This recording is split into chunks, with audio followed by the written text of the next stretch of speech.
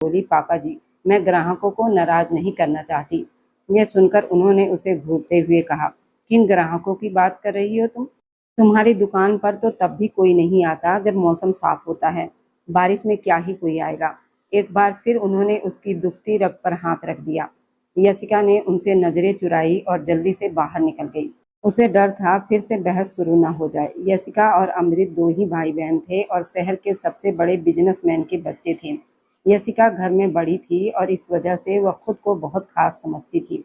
ऊपर से वह हेमराज जी की लाडली भी थी, इसलिए उसे हर बात में महत्व दिया जाता था, सिवाय शादी के मामले में, क्योंकि बचपन में ही उसकी सगाई उसके गांव में रहने वाले हेमराज के दोस्त के बेटे सनी के साथ कर दी गई थी, जो अभी तक एमबीबीएस के आखिरी साल में था।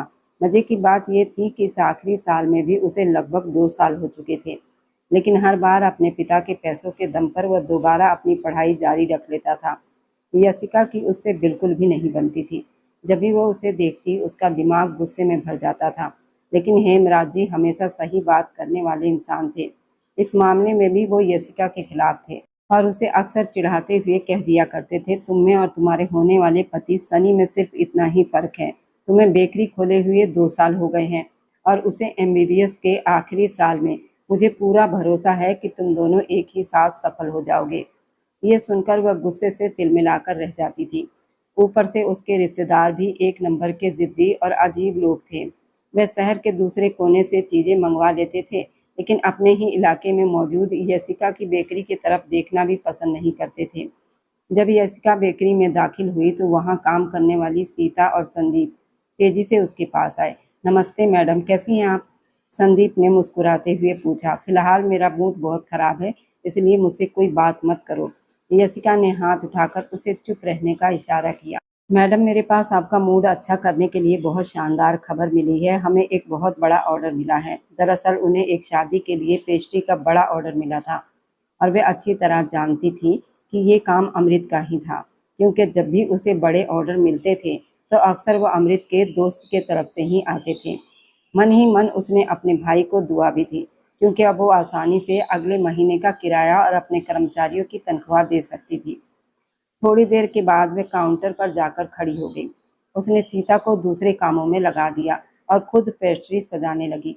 तभी अचानक बेकरी का दरवाजा खुला और तेज आवाज के साथ एक लंबा स्मार्ट सूट पहने आदमी गुस्से में अंदर आया। उसके पीछे 2 गार्ड भी खड़े थे। यशिका ने कोई खास प्रतिक्रिया नहीं दी और उसी जगह खड़ी रही जैसे कुछ हुआ ही ना हो। हालांकि उसके दोनों गार्ड्स के पास बंदूक थी। सर, आप क्या लेना पसंद करेंगे? उसने एक पेस्ट्री साइड में रखते हुए बहुत प्रोफेशनल अंदाज में सम्राट से पूछा। वह सोच कर आया था कि लड़की उसे देखकर ही डर जाएगी, लेकिन उसके इस तरह आंखों में आंखें डालकर बात करने से वह हैरान रह गया। मैं यहाँ कुछ खाने नहीं आया हूँ, बल्कि तुम्हें समय देने आया हूँ कि अगले 2 दिनों के अंदर ये बेकरी खाली कर दो। इस बार यशिका के माथे पर सिकन आई, लेकिन उसने खुद को शांत करते हुए मन ही मन कहा कि गुस्सा मत करो वरना जल्दी बूढ़ी हो जाओगी। वह आंखें बंद करके खुद को शांत कर रही थी, जबकि सम्राट उसे हैरानी से देख रहा था। अरे मैडम, मैं तुमसे बात कर रहा हूँ ना, उसने उसकी आंखों के सामने चुटकी बजाते हुए कहा। तब उसने दोबारा आंखें खोली और शांत नजरों से उसे देखने लगी। हाँ, मैं सुन रही हूँ और मेरा जवाब ये है, अगर तुम चाहते हो कि मैं पुलिस को ना बुलाऊं तो 2 मिनट के अंदर यहाँ से निकल जाओ। मैंने इस जगह का अगले 2 साल का कॉन्ट्रैक्ट लिया हुआ है। अगर तुम्हें लगता है कि तुम्हारी इन खाली धमकियों से डरकर मैं यहाँ से चली जाऊंगी तो ये तुम्हारी सबसे बड़ी गलतफहमी होगी। वह उंगली उठाकर उसे चेतावनी देते हुए बोली। सम्राट के पूरे शरीर में गुस्सा भर गया। तुम जानती भी हो कि किससे बात कर रही हो? वह उसके चेहरे के करीब झुकते हुए बोला। यस्का ने तुरंत उसके सीने पर हाथ रखा और उसे थोड़ा पीछे धकेलते हुए बोली, पहली बात, जो भी कहना है थोड़ा दूर रहकर करो। दूसरी बात, मुझे तुम्हारे बारे में जानने का कोई शौक नहीं। मेरे पास बहुत काम है। अगर तुम्हें मेरी बेकरी से केक या पेस्ट्री लेनी है तो मैं तुम्हारी मदद कर सकती हूँ। यहाँ बैठने की जगह भी है। उसने कुर्सियों की तरफ इशारा किया और अगले ही पल सम्राट ने गुस्से में एक कुर्सी को जोर से लात मार दी। एक तेज चीख यशिका के होठों से निकली। वह तुरंत काउंटर से निकलकर उसके सामने आ गई। सम्राट ने देखा कि वो मुश्किल से उसके कंधे तक आती थी। छोटी सी लड़की जिसकी नाक गुस्से से लाल हो गई थी और आंखें फैली हुई थी। तुम्हारी हिम्मत कैसे हुई मेरा फर्नीचर खराब करने की? देखो मिस्टर, मैं तुम्हें आखिरी चेतावनी दे रही हूँ। उसने फिर उंगली उठाई। इस बार सम्राट ने उसकी उंगली पकड़कर नीचे करते हुए कहा, वरना तुम क्या करोगी? रोना शुरू कर दोगी। उसकी आंखों में आंसू देखकर वह अजीब अंदाज में हंसा। यशिका ताना मारते हुए मुस्कुरा दी, अगर तुम्हें लगता है कि तुम बहुत बड़े आदमी हो जो मेरी आंखों में आंसू ला दोगे तो ये तुम्हारी सबसे बड़ी गलतफहमी है। मैं रोना नहीं, लोगों को रुलाना जानती हूँ। तुम्हारे लिए यही बेहतर होगा कि यहाँ से तुरंत निकल जाओ। सम्राट के पीछे खड़े गार्ड्स के लिए अपनी हंसी रोकना मुश्किल हो गया था, क्योंकि पहली बार उनका सामना ऐसी तेज लड़की से हुआ था। दूसरी तरफ सम्राट अभी भी हैरान था। मैं इस शहर का सबसे बड़ा गैंगस्टर हूँ। ये सुनकर पहले तो यशिका ने अपनी हंसी रोकने की कोशिश की, फिर सिर पीछे करके जोर से हंसने लगी। वह इतनी हंसी कि उसकी आंखों से पानी निकल आया। उस पल में यशिका सम्राट की आंखों और दिल दोनों में बस गई थी। उसने पहले कभी इतना खूबसूरत दृश्य नहीं देखा था। इससे पहले कि वो पूरी तरह उसमें खो जाता, यशिका की तेज आवाज गूंजी, देखो मेरी बात सुनो, ये गैंगस्टर जैसी बातें सिर्फ फिल्मों में अच्छी लगती है। मुझे पता है तुम कोई छोटे मोटे गुंडे होगे और जिसने भी तुम्हें यहाँ भेजा है मैं तुम्हें उससे दुगने पैसे देने को तैयार हूँ। ये कहकर यशिका ने उसकी तरफ एक डोनट बढ़ाया और उसे खाने का इशारा किया। तुम्हें लगता है कि मैं गैंगस्टर नहीं हूँ? वह हाथ बांधकर खड़ा हो गया। अब वो सच में इस लड़की को सबक सिखाना चाहता था। जाहिर सी बात है, अगर तुम इतने बड़े गैंगस्टर होते तो सिर्फ 2 लोगों के साथ नहीं आते।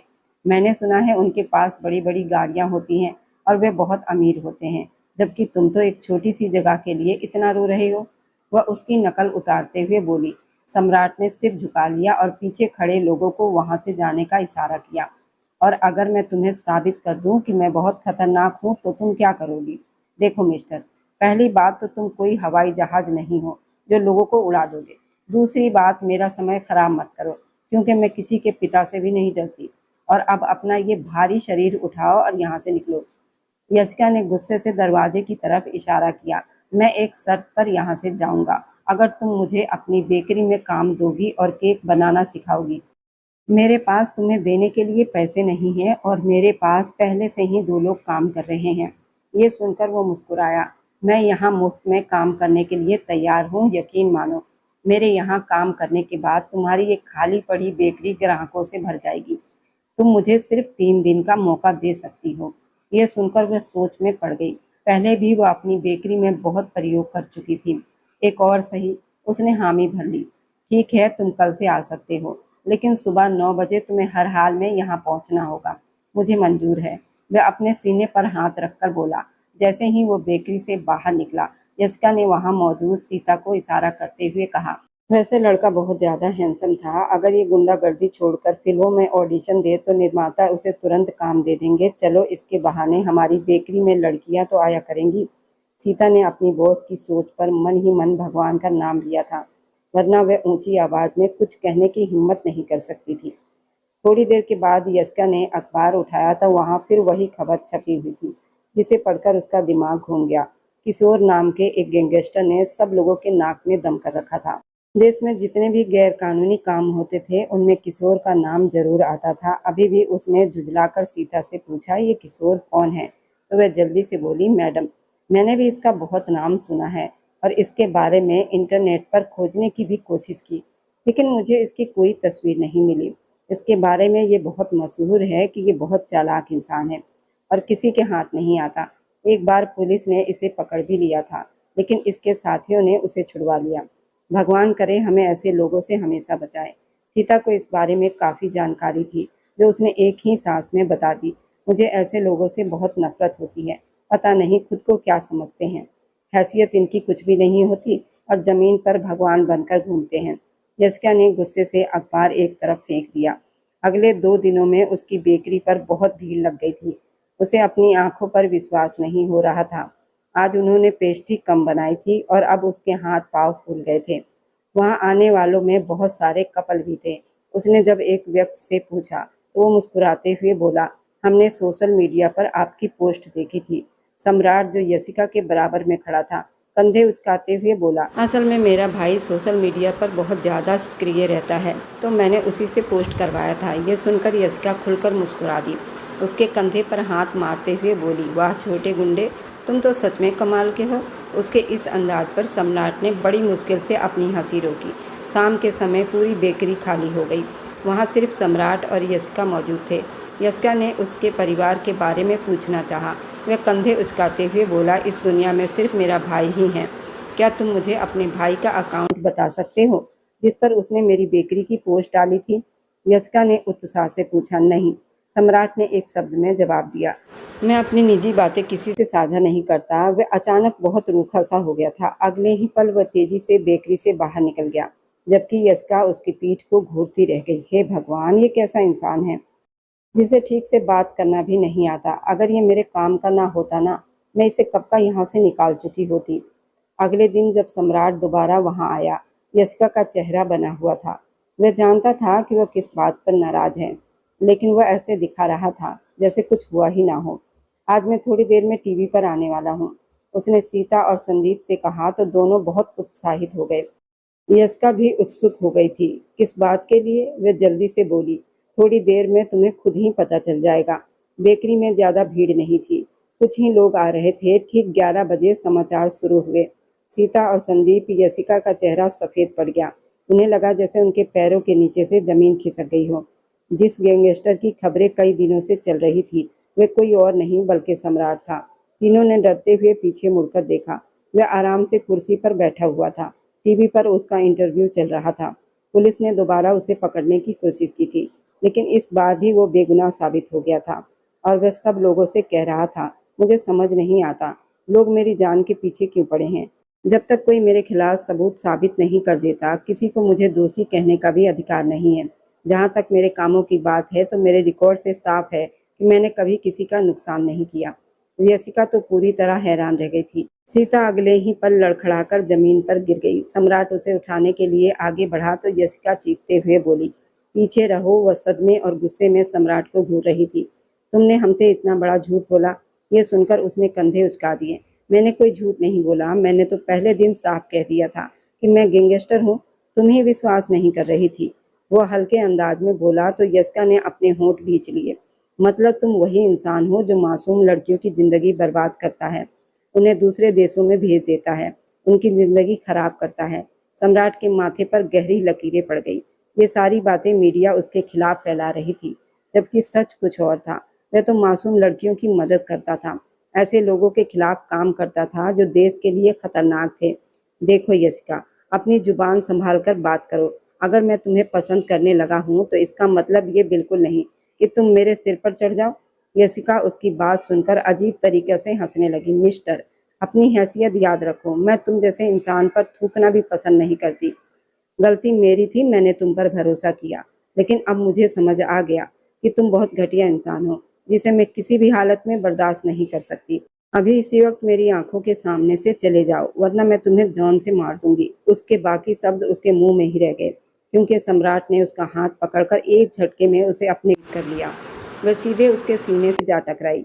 सम्राट उसके कान के पास झुककर धीमी आवाज में बोला, वही बातें कहा करो जिनका जवाब मैं आसानी से दे सकूं, क्योंकि बड़ी बड़ी बातें तुम्हें मुश्किल में डाल सकती हैं। यशिका उसकी पकड़ में बुरी तरह छटपटा रही थी। उसकी आंखों से लगातार आंसू बह रहे थे। मुझे छोड़ो, दूर हटो, वह रोते हुए बोली। सम्राट उसके गाल हल्के से खींचते हुए बोला, ये बात अपने दिमाग से निकाल दो कि अब मैं तुम्हारी जिंदगी से दूर जाऊंगा। अब मेरी मंजिल तुमसे शुरू होकर तुम पर ही खत्म होती है। बेचारा संदीप डर के मारे बुरी तरह कांप रहा था। कभी वो सीता को होश में लाने की कोशिश करता तो कभी सामने चल रहे इस फिल्म दृश्य को देखता। उसे अब तक यकीन नहीं हो रहा था कि वे लोग एक बहुत ही खतरनाक गैंगस्टर के साथ काम कर चुके थे। यशिका ने जोर से सम्राट के पैर में अपना पैर मारा ताकि वह उससे दूर हो सके, लेकिन सम्राट दूरी बनाने के बजाय उसके और करीब आ गया। अब यशिका उसकी सांसों की गर्माहट अपनी गर्दन पर महसूस कर सकती थी। तुमने खुद अपने लिए मुश्किलें पैदा की है छोटी लड़की। तुम्हें पहले ही दिन मुझे काम पर नहीं रखना चाहिए था, और अब तुम मरकर भी मुझसे दूर नहीं जा सकती। वह गुर्राते हुए बोला, मैं तुम्हें जान से मार दूंगी मिस्टर सम्राट। वह गुस्से में बोली, ये करने से पहले तुम्हें अपने भाई के बारे में सोचना होगा। मैंने सुना है तुम अमृत से बहुत प्यार करती हो, और तुम्हें अपने पिताजी से भी बहुत ज्यादा लगाव है। जरा सोचो, अगर उन्हें कुछ हो गया तो तुम क्या करोगी? पहली बार उसने उसकी आंखों में देखते हुए इतनी ठंडी आवाज में कहा कि यशिका को सच में उससे डर महसूस हुआ। वह बेबस होकर उसका चेहरा देखती रह गई। तुम मुझसे क्या चाहते हो? ज्यादा कुछ नहीं, बस तुम्हें मेरी पत्नी बनना होगा। तुम मुझे अच्छी लगने लगी हो और अब मैं तुम्हें अपनी जिंदगी में शामिल करना चाहता हूँ। उसका लहजा साफ और सख्त था। मिस्टर सम्राट, मैं कोई खिलौना नहीं हूँ जिसके साथ तुम अपनी मर्जी से कुछ भी कर लो। और जहां तक शादी की बात है, मेरी पहले से सगाई हो चुकी है, इसलिए मेरे बारे में सोचना छोड़ दो। उसी समय सम्राट का फोन बजा और उसने तुरंत फोन उठाया। हाँ, मैंने खबर देख ली है, मैं थोड़ी देर में पहुंच रहा हूँ। ये कहकर वो बेकरी से बाहर चला गया, लेकिन जाने से पहले वो यशिका को अपने गले लगाना नहीं भूला। उसके जाते ही यशिका जमीन पर बैठ गई और अपना चेहरा दोनों हाथों में छुपाकर फूट फूट कर रोने लगी। कुछ देर पहले तक सब कुछ ठीक था, लेकिन अचानक सब बर्बाद हो गया। उसे खुद से घिन महसूस हो रही थी। उसका मन कर रहा था कि वह अपने शरीर के उन हिस्सों को जला दे जिन्हें थोड़ी देर पहले सम्राट ने छुआ था। संदीप ने आगे बढ़कर उसे संभाला। उसी रात संदीप और सीता भी हमेशा के लिए उसे छोड़कर चले गए। उनमें अब इतनी हिम्मत नहीं थी कि वे उस बेकरी में काम कर सके। लोगों को भी जब पता चला कि सम्राट उसकी बेकरी में काम करता था, तो उन्होंने भी उसकी बेकरी का बहिष्कार कर दिया। हेमराज जी ने भी यशिका को घर में बैठा दिया। साफ शब्दों में कह दिया कि अब वो उसकी कोई बात नहीं मानेंगे। वह आदमी तुम्हें खुलेआम धमकी दे चुका है और तुम चाहती हो कि मैं तुम्हें फिर वहां भेज दूं। उन्होंने वही फैसला किया और रविवार को उसकी शादी अपने गांव में रहने वाले दोस्त के बेटे से करवा देंगे। यशिका बहुत उलझन में थी। उसका दिमाग काम नहीं कर रहा था। उसके अपने सपने थे, लेकिन उसकी एक गलती ने सब खत्म कर दिया था। रात के 12 बजे थे और वे लगातार बिस्तर पर करवटें बदल रही थी। नींद उसकी आंखों से बहुत दूर थी। अचानक उसका फोन बजा। उसने देखा किसी अनजान नंबर से कॉल आ रही थी। उसका दिल तेजी से धड़कने लगा, लेकिन हिम्मत करके उसने फोन उठा लिया। दूसरी तरफ सम्राट की भारी आवाज गूंजी, बाहर आओ, मैं गली में तुम्हारा इंतजार कर रहा हूँ। यह सुनकर वह हैरान रह गई और जल्दी से बालकनी में जाकर खड़ी हो गई। एक आदमी मास्क पहने दीवार के सहारे खड़ा था। वह उसे पहचान गई थी। वह सम्राट ही था, जो उसे देखकर हाथ हिलाने लगा। मैं नीचे नहीं आऊंगी, तुम यहाँ से चले जाओ, वरना मैं पापा जी से कहकर तुम्हें इस दुनिया से बाहर करवा दूंगी। उसने गुस्से में फोन काट दिया और वापस बिस्तर पर जाकर लेट गई। उसकी आंखों से फिर आंसू बहने लगे। लगभग 5 मिनट के बाद उसे अपने कमरे में किसी के कदमों की आहट सुनाई दी। उसने जल्दी से चादर हटाई तो सामने का दृश्य देखकर उसकी सांसें रुक गई, क्योंकि वहां सम्राट खड़ा था। इससे पहले कि वह चीखती, सम्राट ने आगे बढ़कर उसके मुंह पर हाथ रख दिया और उसकी आवाज रोक दी। वह इस समय उसके बहुत करीब था। उसकी नजरें बार बार यशिका के गर्दन पर जा रही थी, जहां उसकी धड़कनें उसे बेचैन कर रही थी। उसने धीरे से अपनी उंगली उसके दिल के पास रखी तो यशिका कांप उठी। वह उसकी पकड़ में छटपटाने लगी। मुझसे दूर हो जाओ, वह चिल्लाई। अपनी आवाज धीमी रखो प्यारी लड़की, मुझे ऊंची आवाज में बात करने वाली लड़कियां पसंद नहीं हैं। वह उसके कान के पास धीमी आवाज में बोला, तुम मुझसे क्या चाहते हो? यशिका डर से कांप रही थी। मैं बस तुम्हें अपना बनाना चाहता हूँ और तुमसे शादी करना चाहता हूँ। ये तुम्हारी गलत फहमी है, मैं कभी तुमसे शादी नहीं करूंगी। मैं तुमसे पूछ नहीं रहा, तुम्हें बता रहा हूँ। कल ही मैं अपने लोगों और पंडित जी को लेकर यहाँ आऊंगा और तुम्हें हमेशा के लिए अपना बना लूंगा। यशिका को लगा जैसे उसके पैरों तले से जमीन खिसक गई हो। वो बेबस होकर उसका चेहरा देखती रह गई। तुम मेरे साथ जबरदस्ती नहीं कर सकते। तुमने सुना नहीं, प्यार और जंग में सब जायज होता है और तुम्हें पाने के लिए मैं किसी भी हद तक जा सकता हूँ। वह उसके बालों में हाथ फेरते हुए बोला, अब क्योंकि मेरी वजह से तुम मेरे दुश्मनों की नज़र में आ चुकी हो, इसलिए तुम्हारी सुरक्षा करना मेरी पहली जिम्मेदारी है। मैं तुम्हें अकेला नहीं छोड़ सकता। यशिका ने अपने दोनों हाथ उसके सीने पर रखकर उसे जोर से पीछे धक्का दिया। वह चिल्लाकर बोली, मेरा सबसे बड़ा दुश्मन तुम ही हो। तुमसे ज्यादा मुझे किसी से खतरा नहीं है। भगवान के लिए मेरी जिंदगी से निकल जाओ। मुझे तुमसे कोई रिश्ता नहीं रखना। सम्राट ने अपने होंठ भींच लिए। फिलहाल मेरा तुम पर कोई अधिकार नहीं है, लेकिन शादी के बाद मैं तुम्हें सब तरीके सिखा दूंगा। बस कल के लिए तैयार रहना और अपने पापा जी को भी समझा देना, क्योंकि इस समय उन्हें गुस्से से नहीं बल्कि समझदारी से काम लेना होगा। वह उसके गाल थपथपाकर बालकनी के रास्ते वापस चला गया, जबकि वो बेबस होकर फिर बिस्तर पर गिर गई। पहले उसके मन में आया कि वो पापा जी को सब बता दे, लेकिन वह उन्हें डराना नहीं चाहती थी। उसे ये भी भरोसा था, उसके पापा जी सब संभाल लेंगे। जो लड़की हमेशा अपनी जिंदगी में रोमांच चाहती थी, अब उसी हालत में उसकी हालत खराब हो चुकी थी। अगली सुबह शोर की आवाज से उसकी आंख खुली तो जमुना देवी उसके कमरे में थी और छोटे बच्चों की तरह रो रही थी। वह फिर आ गया है, वह तुम्हें अपने साथ ले जाना चाहता है, मैं तुम्हें उसके साथ नहीं भेजूंगी। ये कहकर वह फिर से जोर जोर से रोने लगी। यशिका का पूरा शरीर डर से कांपने लगा। माँ, आप चिंता मत करो, पापा जी सब संभाल लेंगे। उसी समय एक लड़की पिस्तौल लेकर कमरे में आई और जमुना देवी के माथे पर पिस्तौल रखते हुए बोली, अभी और इसी वक्त बाहर चलो, साहब तुम्हारा इंतजार कर रहे हैं। यशिका उसकी बात मानते हुए तुरंत बाहर की तरफ भागी और बार बार डरते हुए अपनी माँ को देख रही थी। कह रही थी कि मेरी माँ को कोई नुकसान मत पहुँचाना। वह सोच रही थी कि उसके पापा जी सब संभाल लेंगे, लेकिन हेमराज जी खुद बंदूकों के साए में खड़े थे, बेबसी से अपनी बेटी को देख रहे थे। अमृत की नाक से खून निकल रहा था, क्योंकि थोड़ी देर पहले उसने सम्राट से लड़ने की कोशिश की थी। यशिका का दिल एक बार फिर नफरत से भर गया। उसने मन ही मन फैसला कर लिया, वह सम्राट की जिंदगी को ही नर्क बना देगी। दुल्हन जी, अब आप जाइए, मैं काफी देर से आपका इंतजार कर रहा हूँ। सम्राट उसे देखकर उसके सम्मान में खड़ा हो गया, जबकि बाकी गार्ड्स ने तुरंत अपनी नजरें नीचे कर ली। यशिका ने बेहद नफरत से उसे देखा। मेरे परिवार को नुकसान पहुंचाने की कोशिश मत करना। मैं तुम्हारे परिवार को कुछ नहीं कहूँगा, अगर तुम शांति से शादी के लिए तैयार हो जाओ, उसने चुनौती भरे अंदाज में कहा। और फिर ना चाहते हुए भी यशिका ने खुद को सम्राट के हवाले कर दिया। उसका दिल दर्द से भर चुका था। वह लड़की जो हमेशा जिंदगी को मजाक में लेती थी, आज अपनी ही किस्मत के सामने हारती नजर आ रही थी। यशिका पहली बार इस तरह की उलझनों में फंसी थी। उसे सबसे ज्यादा परेशानी इस बात से हो रही थी क्योंकि वह सम्राट को इंसानियत का दुश्मन समझती थी। उसे लगता था कि वो बहुत बुरा इंसान है, और अभी जो कुछ सम्राट ने उसके परिवार के साथ किया था, उसके बाद वह उसे और ज्यादा नफरत करने लगी थी। शादी के तुरंत बाद ही सम्राट ने उसका हाथ अपने हाथों में लिया, उसे खींचते हुए बाहर ले गया। उसके जाने के बाद हेमराज जी अपना सिर दोनों हाथों में पकड़कर बैठ गए। उन्हें समझ नहीं आ रहा था क्या करें।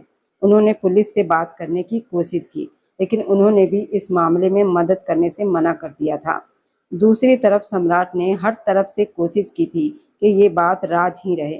वह नहीं चाहता था कि उसके दुश्मनों को इस बारे में पता चले।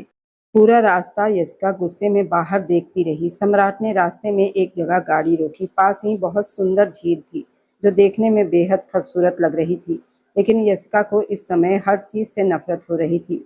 सम्राट ने उसका हाथ पकड़ना चाहा, तो यशिका ने झटके से अपना हाथ पीछे खींच लिया।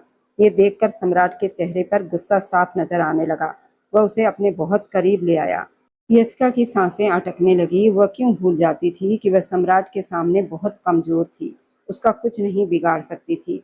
सम्राट ने उसके चेहरे की तरफ देखा और जैसे ही वह उसके करीब झुकने लगा, यशिका ने अपना चेहरा दूसरी तरफ मोड़ लिया। पहली बार सम्राट का मूड खराब हुआ। उसने यशिका की गर्दन को मजबूती से पकड़ा और उसका चेहरा अपने बहुत करीब कर लिया। वह उसके होठों को अपनी पकड़ में लेकर बहुत बेरहमी से उसे चूमने लगा। यशिका किसी तड़पती हुई मछली की तरह उसकी पकड़ में छटपटा रही थी और खुद को छुड़ाने की कोशिश कर रही थी। कुछ देर के बाद जब सम्राट पीछे हटा तो यशिका को अपने मुंह में खून का स्वाद महसूस हुआ। उसके चेहरे पर अविश्वास फैला हुआ था। दोबारा मुझसे दूर जाने या मुझे ठुकराने की कोशिश मत करना, वरना इससे भी ज्यादा सजा दूंगा, वह ठंडी आवाज में बोला। यशिका के होठों से दर्द भरी सिसकी निकली। मुझसे दूर हो जाओ, मेरे करीब आने की कोशिश मत करो।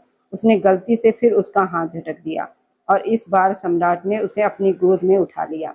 गाड़ी के तरफ बढ़ गया। उसने गाड़ी की पिछली सीट सीधी की तो यशिका घबरा गई। तुम ये क्या कर रहे हो? मुझे लगता है हमें यहाँ से जाना चाहिए, बहुत देर हो गई है। ये सुनकर सम्राट ने उसके होठों पर उंगली रख दी। मैं तुम्हें कुछ बातें समझाना चाहता हूँ ताकि तुम दोबारा वही गलतियां न दोहराओ। ये कहकर उसने यशिका को बहुत संभाल कर सीट पर बिठाया और खुद उसके सामने झुक गया। यशिका का चेहरा शर्म और डर बेचैनी से लाल हो चुका था। उसने सम्राट के सीने पर हाथ रखा तो सम्राट ने उसके दोनों हाथ पकड़ लिए। पहली बात, तुम मेरी पत्नी हो, हमारी शादी हो चुकी है, अब तुम मेरी जिम्मेदारी हो, मेरी बातों को नजरअंदाज नहीं कर सकती। ये कहकर उसने उसके माथे को चूमा, उसके बहुत करीब आ गया। यशिका लगातार रो रही थी और उससे दूर रहने के लिए कह रही थी। सम्राट ने उसका चेहरा ऊपर उठाया और उसकी आंखों में देखते हुए धीमी आवाज में कहा, तुम जितना मुझे खुद से दूर करने की कोशिश करोगी, मैं उतना ही तुम्हारे करीब आऊंगा। यशिका बस रोती रह गई, जबकि सम्राट अपनी बात पूरी करके उसे शांत करने की कोशिश करता रहा। फिर उसने उसे अपनी गोद में बिठा लिया। दूसरी बात, उसने उसकी कमर को थामते हुए कहा, तो यशिका ने अपने दोनों हाथ उसके कंधे पर रख लिए। वह खुद को संभालने की कोशिश कर रही थी, क्योंकि अभी भी जो कुछ हुआ था उससे उसका दिमाग बुरी तरह उलझ चुका था। सम्राट ने उसकी पकड़ मजबूत की तो वह दर्द से करा उठी। मुझसे कभी दूर जाने की कोशिश मत करना छोटी लड़की, और जिस चीज से तुम्हें रोका जाए उससे दूर रहना। यही तुम्हारे लिए बेहतर होगा, क्योंकि मैं लोगों को सिर पर बिठाना भी जानता हूँ और उन्हें नीचे गिराना भी। फिर उसने गंभीर आवाज में कहा, और तीसरी और सबसे जरूरी बात, मुझे धोखा देने की कभी कोशिश मत करना। मुझे धोखा देने वाले लोगों से बहुत नफरत है, और धोखे की सजा बहुत बुरी होती है। मैं तुमसे प्यार करता हूँ, लेकिन मेरी नफरत मेरे प्यार से भी ज्यादा खतरनाक है। ये कहकर उसने उसके माथे को चूमा। यशिका के पूरे शरीर में डर की लहर दौड़ गई। वह अब उसके सहारे बैठी थी। उसका माथा सम्राट के कंधे से लगा हुआ था। उसका दिल बहुत तेजी से धड़क रहा था। उसे समझ नहीं आ रहा था कि उसकी जिंदगी अचानक इतनी बदल कैसे गई। यशिका ने कुछ कहने की कोशिश की तो सम्राट ने तुरंत उसके होठों पर उंगली रखकर उसे चुप रहने का इशारा किया। वह उसकी धड़कनों को हल्के हल्के महसूस कर रहा था। बेचैन सिसकियां यशिका के होठों से निकल रही थी। अचानक उसे महसूस हुआ, सम्राट उसके और भी करीब आना चाहता है। अगले ही पल वह सम्राट के गले लग गई। दोनों के सीने एक दूसरे से टकराए। उसके साथ ही सम्राट की बेचैनी भी बढ़ने लगी। उसने तेजी से यशिका के बाल उसकी गर्दन से हटाए। वहां उसकी धड़कनें बहुत तेज चल रही थी। सम्राट हल्के से मुस्कुरा दिया। तुम बहुत खूबसूरत हो, वो धीमी आवाज में बोला। यशिका की दिल की धड़कन एक पल के लिए रुक गई। उसने कुछ कहना चाहा, मगर उसके स्पर्श से फिर से चुप हो गई। सम्राट ने उसे संभालते हुए सीट पर लिटाया। वह अपने अधिकार जताना चाहता था। यशिका ने पूरी हिम्मत जुटाई और उसकी गर्दन में हाथ डालते हुए बोली, मैं तुम्हारी हर बात मानने के लिए तैयार हूँ। उसकी सांसें बहुत तेज चल रही थी। उसने पूरी ताकत लगाकर खुद को उस अजीब एहसास से बाहर निकाला था। सम्राट रुक गया। और बदले में तुम मुझसे क्या चाहती हो छोटी लड़की? वह उसके बालों की लट अपनी उंगली में घुमाते हुए बोला। साथ ही वो उसे ध्यान से देख रहा था, जैसे समझना चाहता हो कि उसके मन में क्या चल रहा है। काफी देर तक उसके चेहरे को देखने के बाद यशिका शांत आवाज में बोली, मुझे बस इस रिश्ते को समझने के लिए थोड़ा समय चाहिए। तुम जैसा कहोगे मैं वैसा करूंगी। मतलब तुम चाहती हो कि मैं अभी तुम्हारे करीब ना आऊं। तुम जानती हो ये मेरे लिए कितना मुश्किल है। वह फिर उसे अपने करीब लेते हुए बोला, मेरे लिए भी तो बहुत मुश्किल है तुम जैसे इंसान को स्वीकार करना। वह धीमी आवाज में बोली तो सम्राट ने आंखें सिकुड़कर उसे देखा, और वह तुरंत सिर झुकाकर माफी मांगने लगी। उसकी इस हरकत पर सम्राट मुस्कुरा दिया। तुम मुझे बहुत अच्छी लगती हो, और अब मुझे महसूस हो रहा है कि मेरा तरीका थोड़ा गलत था, लेकिन मेरे पास दूसरा रास्ता नहीं था। मुझे पहले कभी किसी से प्यार नहीं हुआ, इसलिए मुझे नहीं पता था किसी के करीब कैसे आया जाता है। यशिका को फिलहाल उसकी बातों में कोई रुचि नहीं थी। वह बस किसी तरह उस मुश्किल स्थिति से निकलना चाहती थी। उसे डर था, कहीं वह कमजोर पड़कर खुद को उसके हवाले न कर दे। वह उसकी गोद से उठने की कोशिश करने लगी। सम्राट ने उसे उठाकर आगे वाली सीट पर बिठा दिया। खुद ड्राइविंग सीट पर बैठ गया। यशिका की शर्ट के बटन अब भी खुले हुए थे। तुम ये बटन बंद कर सकती हो, सम्राट ने शरारती अंदाज में कहा। तो वह घबराकर जल्दी अपने बटन बंद करने लगी। उसके हाथ कांप रहे थे, बार बार बटन छू रहे थे। सम्राट ने गहरी सांस ली। वह उसकी तरफ झुका और खुद उसके बटन बंद करने लगा। उसकी उंगलियां यशिका की धड़कनों के पास छू रही थी, जिससे उसका दिल तेजी से धड़कने लगा। मैं तुम्हें दुनिया के सामने बेनकाब कर दूंगी, वह उसे घूरते हुए मन ही मन सोच रही थी। अपना काम पूरा करके सम्राट उससे अलग हुआ और मुस्कुराकर बोला, मैं इतना भी बुरा नहीं हूँ जितना तुम मुझे समझती हो। जहाँ तक समय की बात है, मैं तुम्हें 1 महीने का समय दे रहा हूँ। इससे ज्यादा नहीं मिलेगा। लेकिन अगर इस 1 महीने में तुमने मेरी बातों के खिलाफ कुछ किया तो तुम्हारा समय भी खत्म हो जाएगा। उसने उसके गाल हल्के से खींचते हुए कहा। यशिका उसका हाथ झटकना चाहती थी, लेकिन जानती थी इसकी बड़ी कीमत चुकानी पड़ सकती है। इसलिए उसने खुद को मुश्किल से संभाला। गाड़ी एक तरफ बढ़ी, हवेली के सामने जाकर रुकी। जब दोनों अंदर पहुंचे तो वहां अमृत की उम्र का एक लड़का वीडियो गेम खेलने में व्यस्त था। उठो, अपनी भाभी का स्वागत करो, सम्राट ने उसके सिर पर हल्की चिट लगाते हुए कहा। तो वो घबराकर उठ बैठा। यशिका पर नजर पड़ते ही उसने हैरानी से सम्राट को देखा। ये कौन है? प्लीज ये मत कहिएगा कि ये हमारे मेले में बिछड़ी हुई दोस्त है। सम्राट ने उसके पेट पर हल्का मुक्का मारा तो वह दर्द से करा उठा। यस्का ने तुरंत अपने होठों पर हाथ रखकर अपनी हंसी रोक ली। अगर इंसान की शक्ल अच्छी ना हो तो कम से कम बात अच्छी करनी चाहिए। ये हमारी नहीं, सिर्फ तुम्हारी भाभी है। ये मेरी पत्नी है। वो एक एक शब्द पर जोर देते हुए बोला। ओह, मुझे माफ कर दीजिए भाभी। वह तुरंत सीधा हो गया। वैसे क्या मैं भाभी का इंटरव्यू ले सकता हूँ, अगर आपको कोई परेशानी ना हो तो? सम्राट ने उसे जवाब नहीं दिया और तभी सत्यम ने फिर सवाल कर दिया। वैसे पहली बात तो ये कि आपको मेरे भाई पसंद कैसे आ गए? उन्हें तो इनकी अपनी बिल्लियां भी पसंद नहीं करती। सम्राट उसे मारने के लिए फिर उसकी तरफ बढ़ा, लेकिन वह तुरंत यशिका के पीछे जाकर छुप गया। वह इस समय दोनों भाइयों के बीच बुरी तरह फंस गई थी। बस करो ये सब, वह जोर से चिल्लाई। दोनों तुरंत रुक गए। मैं बहुत ज्यादा थक गई हूँ, आराम करना चाहती हूँ। मुझे बताओ मेरा कमरा कहाँ है? वह गुस्से भरे स्वर में बोली। सम्राट ने डरने की एक्टिंग की और एक दरवाजे की तरफ इशारा किया। अगले ही पल वो गुस्से में पैर पटकती हुई अंदर चली गई। दरवाजा जोर की आवाज के साथ बंद हुआ। सत्तम ने हैरानी से सम्राट को देखा और बोला, मुझे पूरा यकीन हो गया है भाई, आपकी हालत जल्दी खराब होने वाली है। वैसे एक बात बताइए, ये लड़की आपको मिली कहाँ थी? सम्राट ने गहरी सांस लेते हुए कहा, बस मत पूछो, ये दुआ करो कि ये लड़की यहाँ रुकी रहे, वरना मैं बहुत परेशान हो जाऊंगा। उसने सत्यम को समझा दिया कि वो यशिका का हर तरह से ध्यान रखे, क्योंकि अगले कुछ दिनों में उसे एक जरूरी काम से बाहर भी जाना था। यशिका अपने कमरे में थी और वहां रखी हर चीज को ध्यान से देख रही थी। उसने यहाँ की सारी फाइलें खोलकर देख डाली, लेकिन उसे कुछ भी नहीं मिला। वह सभी जमीन जायदाद के फाइलें थी, जिसे साफ पता चल रहा था कि वह आदमी बहुत अमीर था। तभी उसे अपने पीछे से आवाज सुनाई दी, इस सब का कोई फायदा नहीं, क्योंकि मैंने कभी कोई गलत काम किया ही नहीं, और ये बात मैं तुम्हें पहले भी साफ बता चुका हूँ। वह डर कर पलटी तो देखा सम्राट दरवाजे के पास खड़ा था। यस्का को पता ही नहीं चला वह कब अंदर आया। उसने तुरंत अपनी नजरें झुका ली और बोली, मैं तो सिर्फ नेल कटर ढूंढ रही थी, मेरे नाखून बहुत बढ़ गए हैं। उसने बहाना बना लिया, लेकिन सम्राट अच्छी तरह समझ रहा था कि वो क्या करना चाहती है। उसने शांत स्वर में कहा, अगर तुम थोड़ा वक्त लेकर मुझ पर भरोसा करोगी और मेरा साथ दोगी तो मैं वादा करता हूँ तुम्हारी सारी गलतफहमियां दूर कर दूंगा। ये सुनकर यस्का ने उसे नफरत भरी नजरों से देखा। वह उस पर क्यों भरोसा करती? उसने जबरदस्ती उसे उसके घर वालों से अलग किया था और उसकी पसंद की जिंदगी उससे छीन ली थी। वह ये सब उसके सामने नहीं कह सकी, इसलिए बस हल्की मुस्कान देकर चुप रह गई। रात को जब सब सो गए तो वह धीरे से कमरे से बाहर निकली। वह पिछली दीवार फलांग कर भागना चाहती थी, लेकिन जैसे ही उसने दीवार पर चढ़ने की कोशिश की, सत्यम ने उसकी टांग पकड़कर उसे नीचे खींच लिया। इससे पहले कि वह जोर जोर से चिल्लाकर सम्राट को बुलाता, यस्का ने तुरंत उसका मुंह बंद कर दिया और धीरे से बोली, क्या तुम पागल हो गए हो?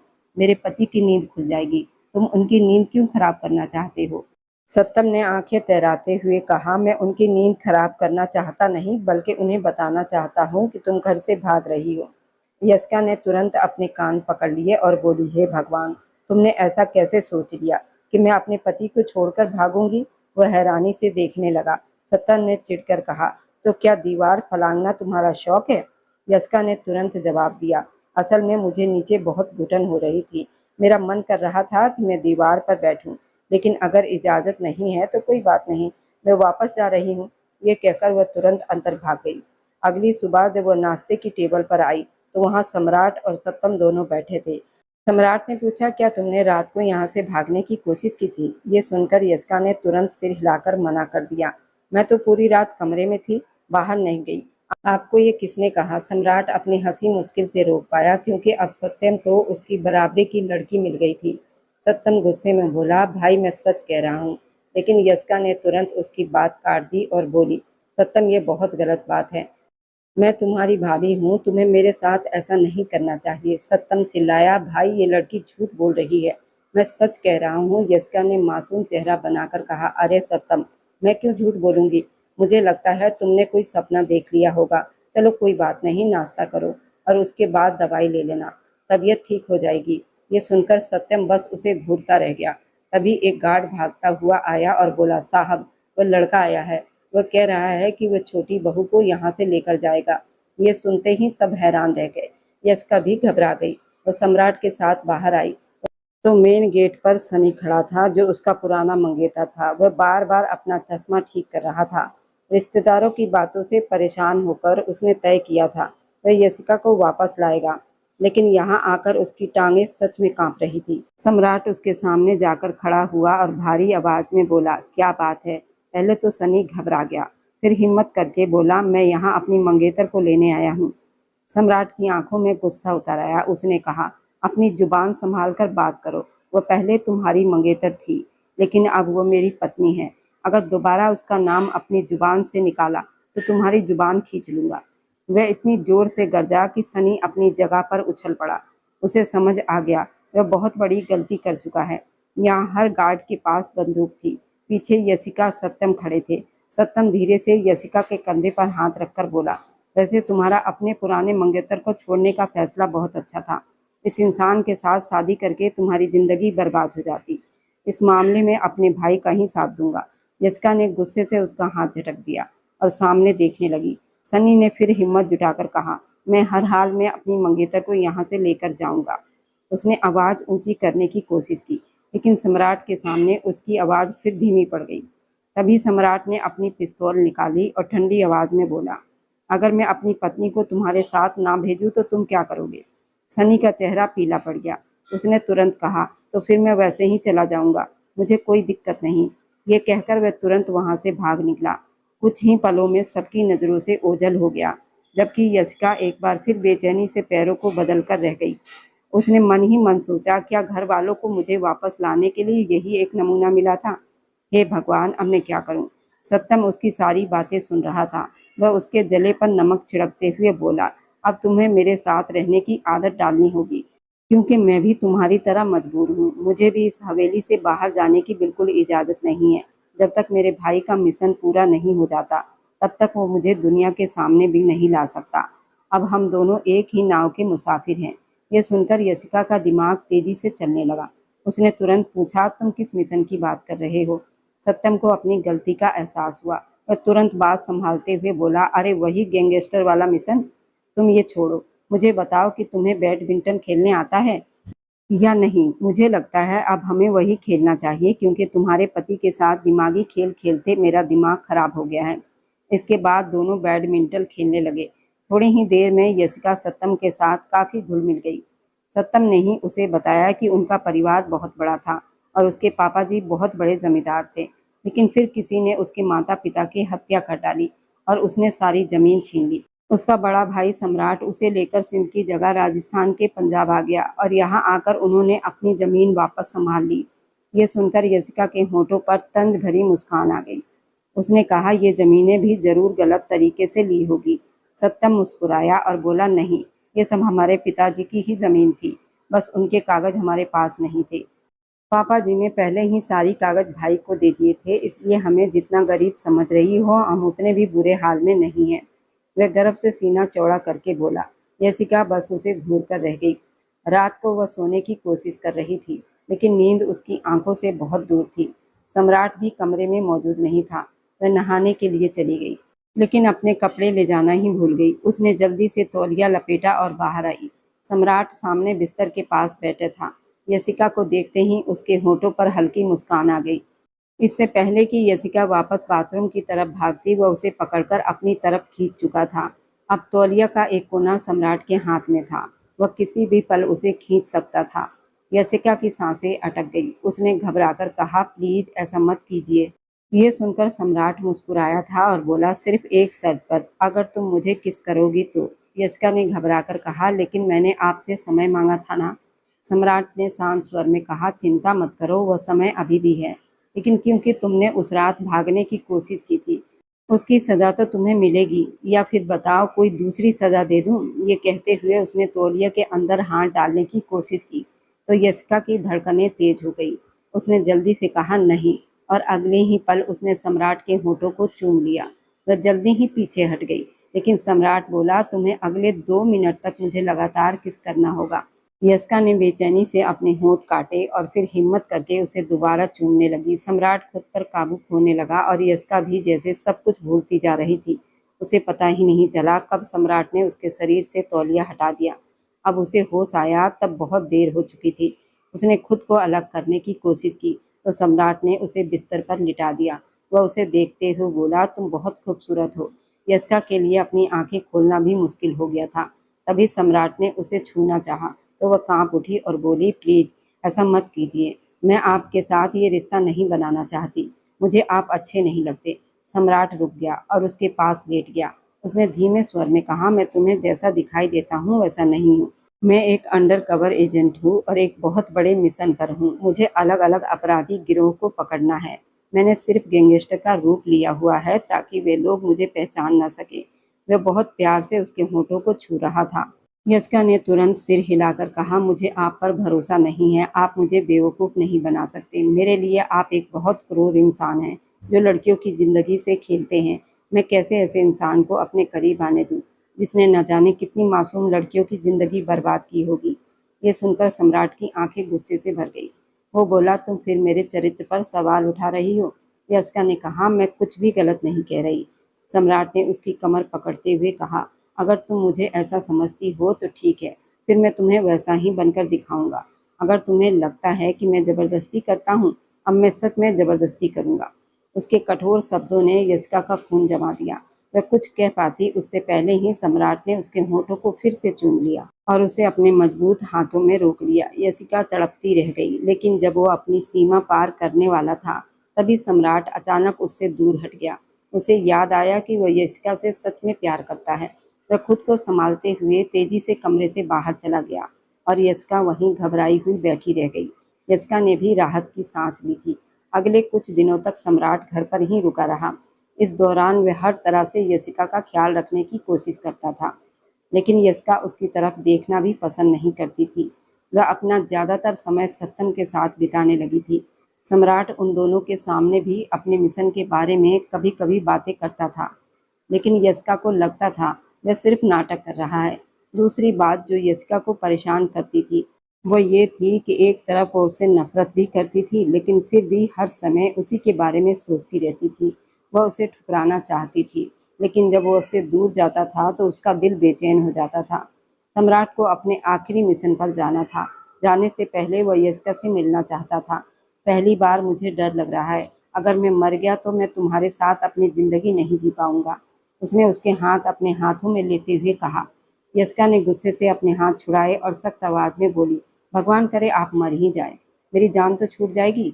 ये सुनकर वह हल्का सा मुस्कुरा दिया। अगले 2 दिनों तक वह यशिका को दिखाई नहीं दिया।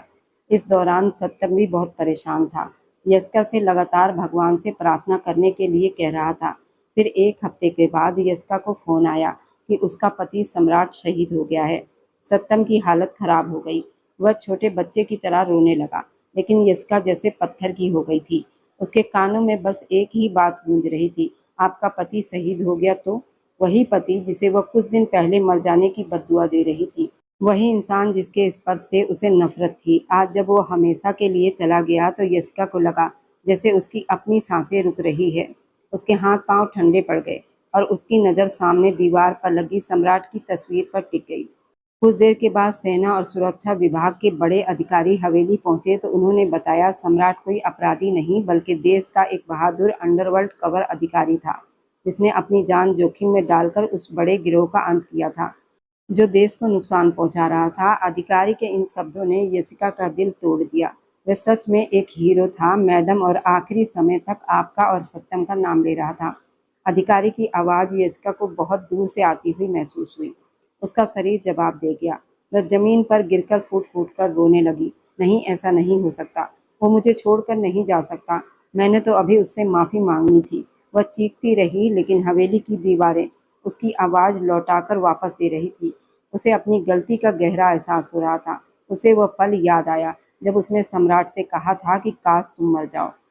अब वो पछतावे की आग में जल रही थी, लेकिन सम्राट उसे चुप कराने के लिए वहां नहीं था। अधिकारियों ने बताया कि धमाका इतना बड़ा था कि सम्राट का शरीर मिल पाना संभव नहीं था, इसलिए उसका अंतिम संस्कार केवल उसके कपड़ों के साथ किया जाएगा। ये सुनकर यशिका की हालत एक जिंदा लाश जैसी बन गई। जब उसकी अंतिम यात्रा निकली तो वो पागलों की तरह उसके पीछे भागी। तब उसकी माँ जमुना देवी ने उसे संभाला। हेमराज और जमुना देवी उसे वापस लेकर जाना चाहते थे, बेटा अब वहाँ तुम्हारा कोई नहीं रहा, हमारे साथ चलो, उसकी माँ ने रोते हुए कहा। लेकिन यस्का ने साफ मना कर दिया, नहीं, मैं सत्तम को अकेला नहीं छोड़ूंगी। ये मेरे सम्राट की आखिरी निशानी है, मैं इसी हवेली में रहूंगी। लेकिन जमुना देवी ने उसे प्यार से समझाया, बेटी तुम अभी दुख में हो, पहले खुद को संभालो, तुम्हें अभी अपने माता पिता की ज़रूरत है। यस्का चुप हो गई, उसकी ज़िंदगी एकदम बेरंग हो चुकी थी। वह अपने मायके वापस तो आ गई, लेकिन उसका दिल और दिमाग उसी हवेली सम्राट की यादों में कैद था। वह हर समय मंदिर में बैठकर रोती रहती थी। उसे अब हर उस चीज़ से नफरत हो गई थी जो उसे सम्राट की याद दिलाती थी। लेकिन फिर भी उसकी तस्वीरों से बातें करती रहती थी। अमृत जो पहले यशिका को परेशान करता था, अब उसकी हालत देखकर खुद रो पड़ता था। वह उसे खाना खिलाने की कोशिश करता, उसे हंसाने की कोशिश करता, लेकिन यशिका सिर्फ एक ही बात कहती, अमृत मैंने उस पर भरोसा क्यों नहीं किया, मैंने उसे गलत समझा, जबकि वह तो मेरे लिए लड़ रहा था, मैं ही उसकी गुनहगार हूँ। वह खुद को ही दोषी देती रही। वह यशिका जो कभी बहुत चंचल थी, अब टूटे हुए दिल के साथ जिंदगी जी रही थी। उसकी आंखों की चमक खत्म हो चुकी थी और उसके होठों से हंसी दूर जा चुकी थी। उसे हर पल सम्राट की बात याद आती थी, मेरी नफरत से ज्यादा खतरनाक मेरा प्यार है। अब यशिका को एहसास हुआ, सम्राट का प्यार ही उसकी जिंदगी की सबसे बड़ी दौलत था, जिसे उसने अपने हाथों से खो दिया था। एक दिन वह अपनी माँ के साथ बाजार गई हुई थी कि अचानक उसकी नज़र भीड़ में एक लंबे आदमी पर पड़ी, जिसने बिल्कुल सम्राट जैसी काली शर्ट पहन रखी थी और उसके चलने का अंदाज भी वैसा ही था। सम्राट, यशिका के होठों से अपने आप निकला। वह सब कुछ भूलकर पागलों की तरह उस आदमी के पीछे भागते हुए रुकी। सम्राट, रुक जाइए, वह लोगों को धक्का देती हुई उसके पास पहुंची। उसका हाथ पकड़कर उसे अपनी तरफ घुमाया, लेकिन जैसे ही उस आदमी ने चेहरा घुमाया, यशिका की सारी उम्मीद टूट गई। वह कोई अजनबी था जो उसे हैरानी से देख रहा था। माफ कीजिए, मुझे लगा कोई और है, यशिका कांपती आवाज में बोली, और वहीं सड़क किनारे बैठकर जोर जोर से रोने लगी। उसे लगा वो पागल हो जाएगी। उसे हर जगह सम्राट ही दिखाई देने लगा था। उसी रात घर के खाने की मेज पर खामोशी थी। अमृत और हेमराज उसे खाना खिलाने की कोशिश कर रहे थे कि अचानक दरवाजा खुला। यशिका ने सिर उठाकर देखा तो उसका दिल जोर से धड़क उठा। सामने सम्राट खड़ा था। उसका चेहरा पीला पड़ा था, एक हाथ पर पट्टी बंधी हुई थी। वह लड़खड़ाते हुए अंदर आया। यशिका अपनी जगह जम गई। उसे लगा शायद ये सपना है या उसकी आंखों का भ्रम, लेकिन जब उसने देखा कि अमृत भागकर सम्राट को सहारा दे रहा है, तो उसे यकीन हो गया कि ये सच है। वह पागलों की तरह कुर्सी से उठी और भागकर सम्राट के गले लग गई। उसने उसकी शर्ट को कसकर पकड़ लिया और उसके सीने से लगकर ऐसे रोई जैसे कोई बच्चा बरसों बाद अपनी माँ से मिला हो। मुझे माफ़ कर दो सम्राट, मैंने आपको गलत समझा, मैं बहुत बुरी हूँ, प्लीज़ मुझे छोड़कर मत जाइए, मैं आपके बिना नहीं रह सकती, मैं आपसे बहुत प्यार करती हूँ। उसकी हिचकियाँ बन गई थी। सम्राट ने अपना दूसरा हाथ यशिका के सिर पर रखा और उसे अपने और करीब कर लिया। शांत हो जाओ छोटी लड़की, मैं कहीं नहीं जा रहा, मैं यही हूँ। उसकी आवाज़ में वही पुराना अपनापन था। जब सब थोड़ा शांत हुए तो सम्राट ने बताया, धमाके में उसकी हालत बहुत खराब हो गई थी और मिशन की गोपनीयता की वजह से सुरक्षा विभाग को उसकी मौत की झूठी खबर फैलानी पड़ी, ताकि दुश्मन दोबारा हमला न कर सके। उसे एक सुरक्षित जगह पर रखा गया था जहां उसका इलाज चल रहा था। वह चाह कर भी किसी से संपर्क नहीं कर सकता था। यशिका को लगा जैसे उसे नई जिंदगी मिल गई हो। उसने सम्राट का हाथ पकड़कर उससे वादा लिया, अब आप मुझे कभी छोड़कर नहीं जाओगे, कभी भी नहीं। सम्राट ने मुस्कुराकर उसकी आंखों में देखा और कहा, मैंने फैसला कर लिया है, इस मिशन के बाद मैं अपनी नौकरी छोड़ दूंगा। अब मैं सिर्फ तुम्हारे साथ रहूंगा और अपने गांव की जमीन संभालूंगा। कुछ दिनों के बाद जब सम्राट पूरी तरह ठीक हो गया तो दोनों की पूरी हिंदू रीति रिवाज के साथ दोबारा धूमधाम से शादी हुई। यशिका ने लाल रंग का सुंदर लहंगा पहना था और सम्राट ने क्रीम कलर की शेरवानी मंडप फूलों से सजा था। पंडित जी ने मंत्र पढ़े, दोनों ने 7 फेरे लिए और सम्राट ने सबके सामने हेमराज, यमुना देवी से अपनी गलती की माफ़ी मांगी कि उसे यशिका के साथ जबरदस्ती नहीं करनी चाहिए थी और उसे उसके घर से इस तरह नहीं लाना चाहिए था। हेमराज ने अपनी बेटी के चेहरे पर लौटी खुशी देखकर उसे दिल से माफ़ कर दिया और यशिका ने भी अपने दिल की सारी कड़वाहट भुला दी। कुछ समय के बाद यशिका ने फिर से अपनी बेकरी शुरू की और इस बार वह शहर की सबसे मशहूर बेकरी बन गई, क्योंकि अब उसके पास सम्राट का साथ और हौसला था। सम्राट अक्सर शाम को बेकरी आता, यशिका के बनाए केक खाता और शरारत से कहता, मैडम आपकी पेस्ट्री बहुत अच्छी है, लेकिन आप इनसे भी ज़्यादा मीठी हैं। यस्का शर्माकर उसे घूरती और फिर दोनों हंस पड़ते। जिंदगी की सारी कड़वाहट खत्म हो चुकी थी। अब उनके सामने सिर्फ खुशियों से भरा भविष्य था, जहाँ प्यार था, भरोसा था और हमेशा एक दूसरे का साथ था। और अब जाते जाते बस दिल से एक छोटी सी गुजारिश है, आप जहाँ कहीं से भी मेरी वीडियो देख रहे हैं, कमेंट में अपने शहर और राज्य का नाम जरूर लिखिए। आपके कमेंट मेरे लिए किसी अनमोल तोहफे से कम नहीं होते। और जो लोग अपना कीमती समय देकर मेरी कहानियों को देखते और लाइक शेयर करते हैं, उन सबका मैं दिल से धन्यवाद करती हूँ। अगर आज की कहानी ने आपके दिल को छुआ हो तो वीडियो को लाइक करें और अपने दोस्तों तक ज़रूर पहुँचाएँ। और हमारे इस छोटे से परिवार का हिस्सा बनने के लिए चैनल को सब्सक्राइब करना ना भूलें, क्योंकि आपका हर सब्सक्राइब मेरे लिए आपका प्यार और भरोसा है। फिर मिलेंगे एक नई भावनाओं से भरी कहानी के साथ। तब तक खुश रहिए, स्वस्थ रहिए, मुस्कुराते रहिए।